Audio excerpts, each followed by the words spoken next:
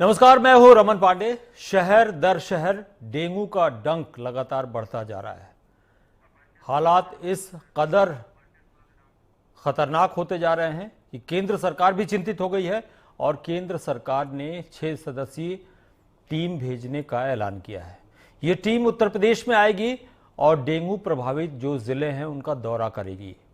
बताया जा रहा है कि 10 जिले ऐसे हैं जहां पर डेंगू के सबसे ज्यादा मामले हैं, लेकिन उनमें से 3 जिले सबसे इंपॉर्टेंट हैं, फिरोजाबाद, आगरा और इटावा, जहां पर डेंगू हाहाकार मचा रहा है।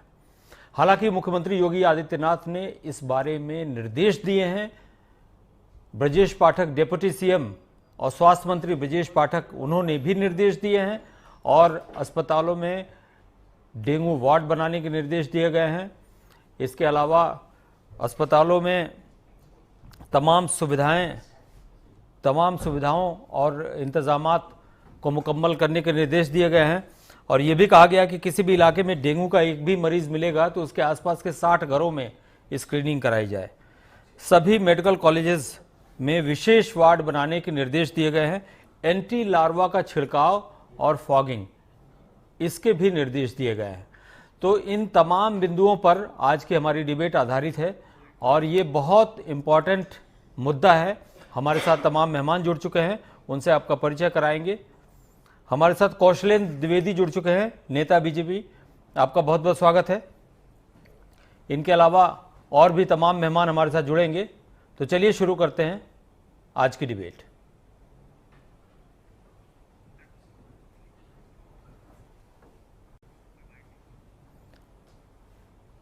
कौशलेंद्र जी, सबसे पहले आपका रुख करते हैं।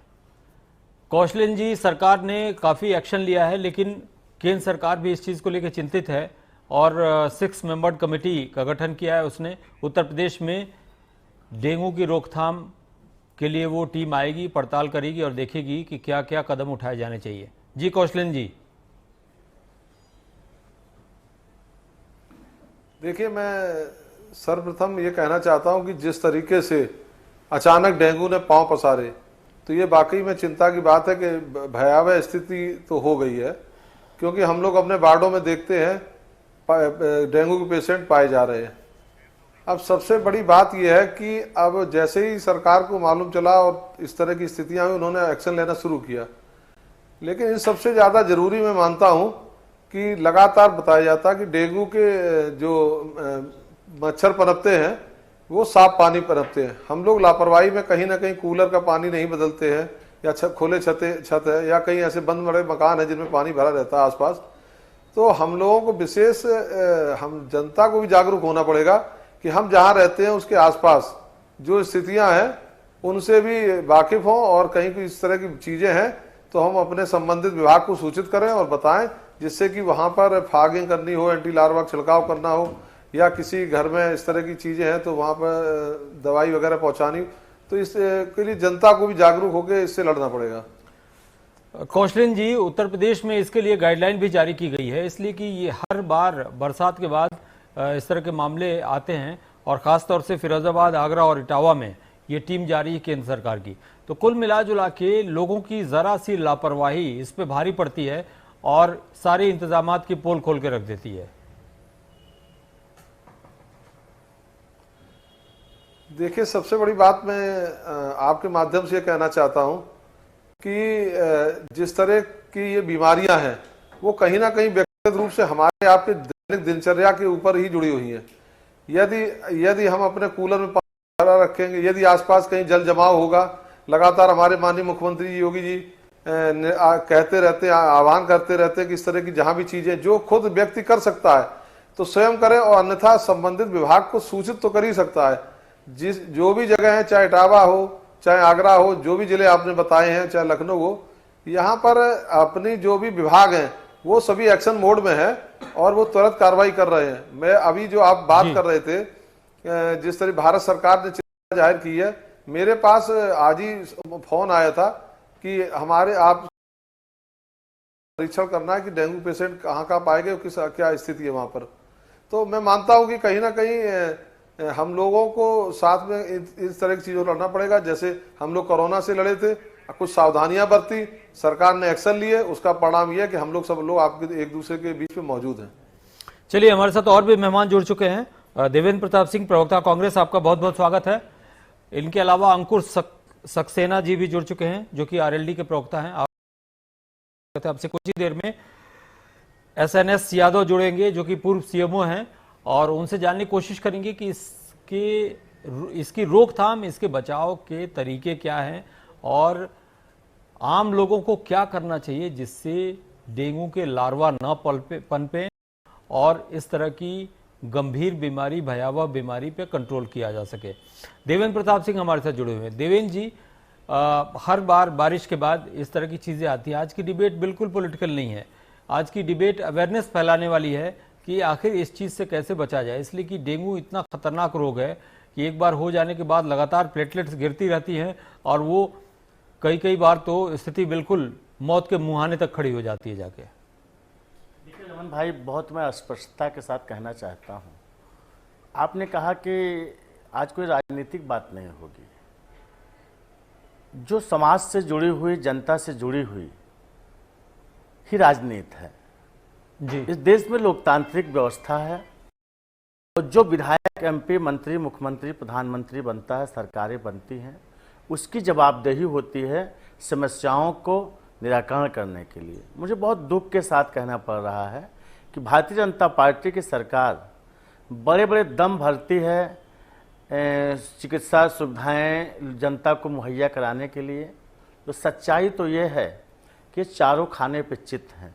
भारतीय जनता पार्टी की सरकार केवल झूठ बोलने की एक मशीन हो गई है। नहीं, इसमें तो चाहे इनके सरकार हो, चाहे इनके, देखिए रमन भाई, बिल्कुल कहीं पे पॉइंट आउट कीजिए ना उसको। किसी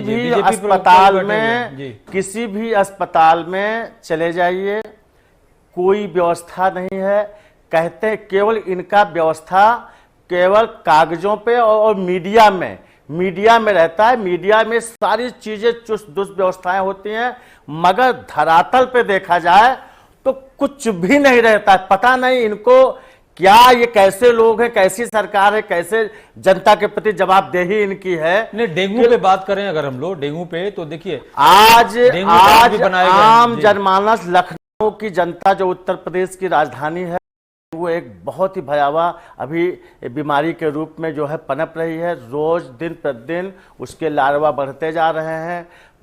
मगर अभी आज ही पेपर में पढ़ने के आया कि डेंगू के लिए हर जगह अस्पतालों में जो है उसके लिए डेंगू वार्ड बनाया गया है। सब कागजी हवाई जो है हवाई। कौशलेंद्र द्विवेदी, सच्चाई जवाब दीजिए, कहीं कुछ भी नहीं है, केवल ये इलेक्शन के मशीन है। एक बात कहना चाह रहा हूं कि अभी आपने पूर्व में कहा कि अवेयरनेस फैलाने की बात है, लेकिन हमारे साथी जो हैं बोल रहे हैं कि सिर्फ राजनीतिक बात कर रहे हैं। मैं इनसे ये कहना चाहता हूं कि अस्पतालों के लिए जब सरकार आदेश कर रही है कि डेंगू वार्ड बढ़ाए जा रहे हैं, बढ़ाए जा चुके हैं, तो इसमें झूठ कहां से है। दूसरा मैं ये कहना चाहता हूं कि जब ये ऐसी बीमारी है, इनका ये कहना है कि मौके पर कुछ नहीं दिखता है। डेंगू खुद स्वीकार कर रहे हैं कि महामारी के रूप में पनप रही है। रमन जी, मैं कहना चाहता हूं, मैं दोबारा भी अपनी बात पे दोबारा मैं कायम हूं कि भारतीय जनता पार्टी के पॉइंट आउट करें, उस बात को पॉइंट आउट करें। कर्मचारी, अधिकारी केवल बातें लच्छेदार करते हैं। तो ये कहना चाहते हैं, लच्छेदार बातें न करते तो इस कोरोना महामारी में लाखों लाख लोग अपनी जान न गंवाते। ये वही सरकार है जो इस कोरोना महामारी में लोगों को कोरोना काल में सरकार भाजपा की विटामिन डी की दवाई नहीं मुहैया करा पाए, ऑक्सीजन के सिलेंडर नहीं मुहैया करा पाए, और न जाने कितने हमारे भाई फिर ये राजनीतिक बात को ला रहे हैं। बात डेंगू पे हो रही है, फिर राजनीतिक बात ला रहे हैं। बात डेंगू पे हो रही है, चले जाइए, बात डेंगू पे हो रही है, बात डेंगू पे हो रही है। अंकुर सक्सेना हमारे साथ जुड़े हुए हैं। अंकुर सक्सेना से एक रिएक्शन लेते हैं। इसीलिए इनका ये हाल हुआ है, कोई भी जो इसीलिए इनका ये हाल हुआ है। आप लोग बात हो रही कोरोना में और कहते हैं पैसा ही नहीं है। क्या करते हैं, इतने टैक्स जो जनता देती है वो पैसा कहाँ जाता है, किसके पेट में समा रहा है। चलिए अंकुर सक्सेना, आपकी बात का जवाब लेंगे, आपकी बात का जवाब लेंगे कौशलेंद्र द्विवेदी से। कौशलेंद्र द्विवेदी, आप जवाब दीजिए। निगम ने ही काम किया, मैं ये कह रहा हूं कि ये कह रहे थे कि राजनीतिक बात नहीं, डेंगू की बात चल रही है, कोरोना ले आए। इनसे पूछिए कोरोना काल में कहां छुपे बैठे थे? कोरोना काल में सिर्फ सरकार और भाजपा के लोग काम कर रहे थे, ये राजनीतिक बात कर रहे हैं। आप डेंगू की बात हो रही है, आप कोरोना को ले आए। अब रही बात डेंगू की, नगर निगम बिल्कुल काम कर रहा है, डेली रोजाना वार्डों में फॉगिंग हो रही है, एंटी लार्वा का मलेरिया विभाग छिड़काव कर रहा है। कौन से कहां कमी रह जा रही है?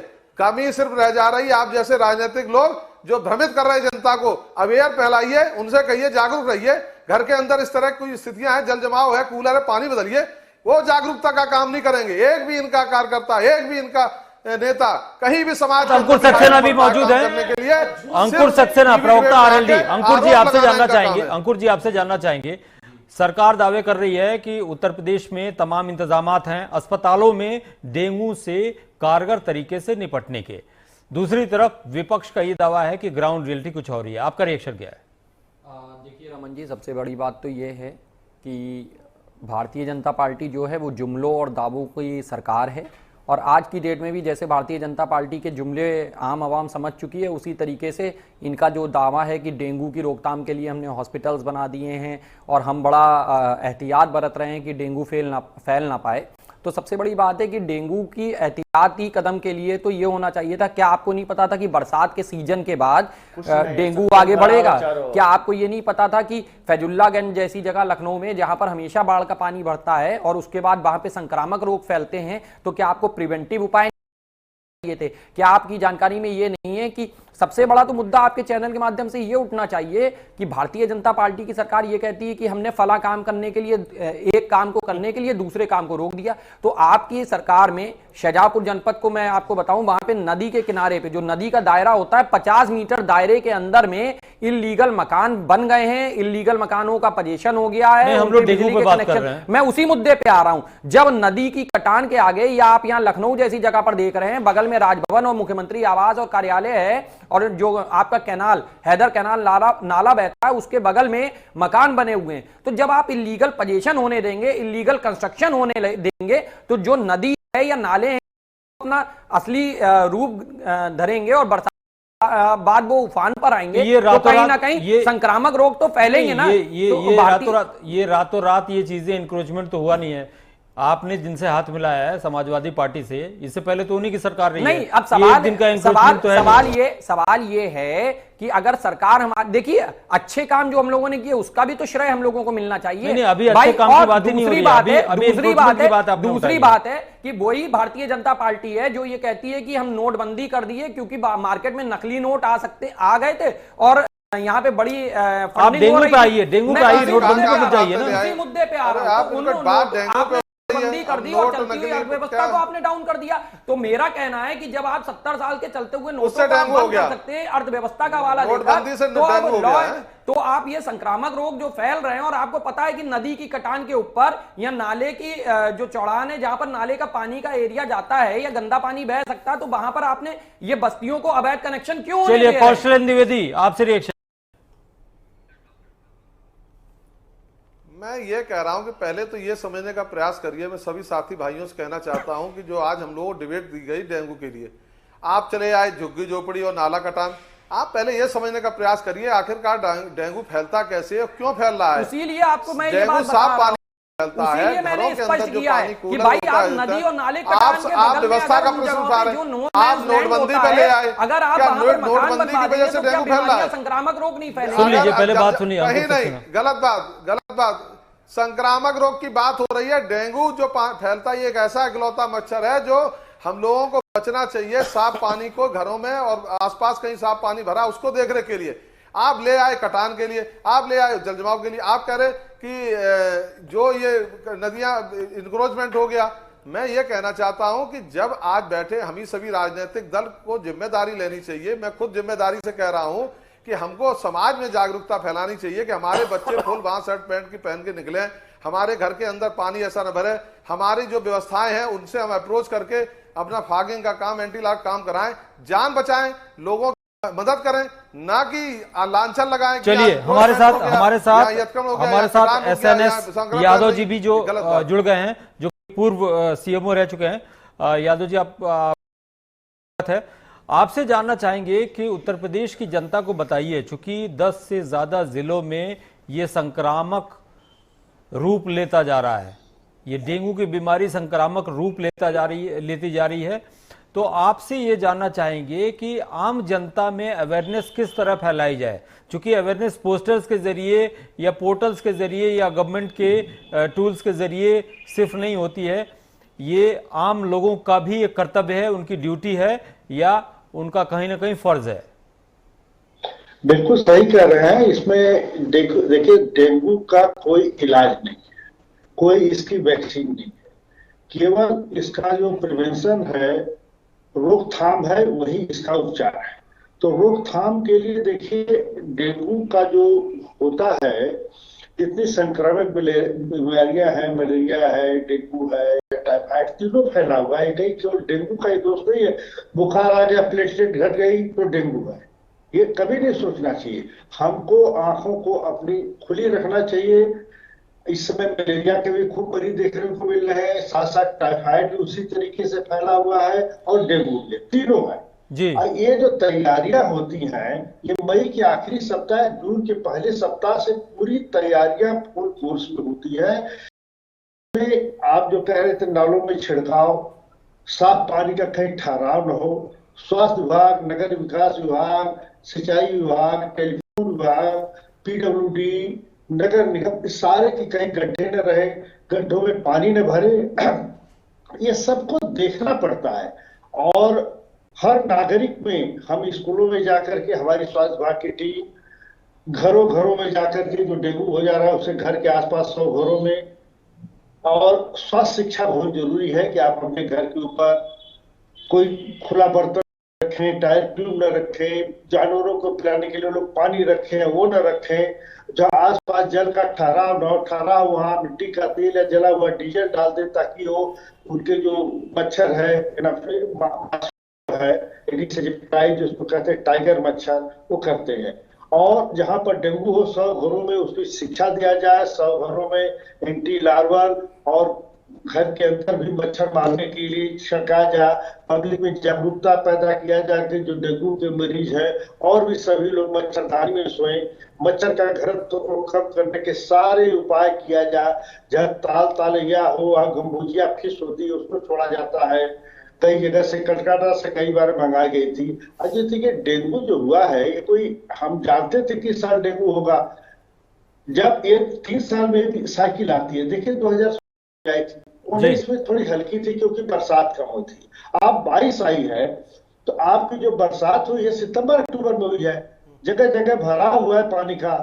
शहरों में देखो किस कदर, आज के 10 दिन पहले क्या हालत थी शहर की, तो जगह जगह जो गड्ढे बन गए, जो साफ पानी का ठहराव हो गया, तो उससे ये फैला हुआ। तो इसमें सारे विभाग एक साथ मिल करके, समस्त नागरिक एक साथ मिल करके, हम किसी का दोषारोपण न करें, हम सब लोग मिलजुल करके इसके रोकथाम। अच्छा, मुझे एक चीज बताइए यादव जी, एक चीज बताइए कि जैसे अभी हाल में ही बारिश हुई है, तो जो वाटर लॉगिंग हुई है, तो गवर्नमेंट के प्रिवेंटिव मेजर्स क्या हो सकते हैं कि वहां पर एंटी लार्वा छिड़काव करें, अगर कहीं पानी इकट्ठा हुआ है, वो उसका ड्रेनेज नहीं हो पा रहा है, तो और क्या क्या उपाय सरकार की तरफ से अपनाए जाने चाहिए?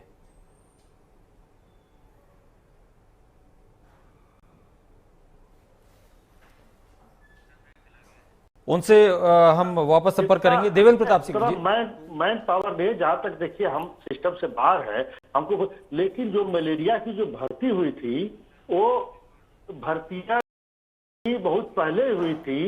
ये 73 में मलेरिया की भर्ती, उसके बाद पहले जो मलेरिया के कर्मचारी लखनऊ जनपद का ही बता रहा हूँ कि 150 के आसपास थे, घटते घटते रिटायर हो गए, बुढ़े हो गए, नई भर्तियां हुई नहीं। इधर कुछ हुई है, डेली वेजेस पर हुई है, लोग काम कर रहे हैं संविदा पर, तो इसको मैन पावर बढ़ाया जाए, पानी की टंकियां बढ़ाई जाए, शामों को जैसे जी, और वो आपका एंटी लार्वल का छिड़काव किया जाए, स्वास्थ्य शिक्षा दिया जाए। उसमें सारे स्कूलों में, हम एक स्कूल में एक बच्चे कम से कम एक घर से 4-6 आदमी सीख जाते हैं, बच्चों को सिखाया जाए, कम्युनिटी में शिक्षा दिया जाए। आपका पंचायती राज विभाग, नगर निगम विभाग, सारे विभाग एक साथ काम करें, राजस्व विभाग भी करे काम, तब तो बीमारी का कोई ठहराव होता है। ऐसे ठहराव बताना पाना मुश्किल काम है। बिल्कुल, आप हमारे साथ बने रहिए। कौशलेंद्र द्विवेदी जी, बिना मैन पावर के, बिना सुविधाओं के किस तरह से कंट्रोल होगा बीमारी पर,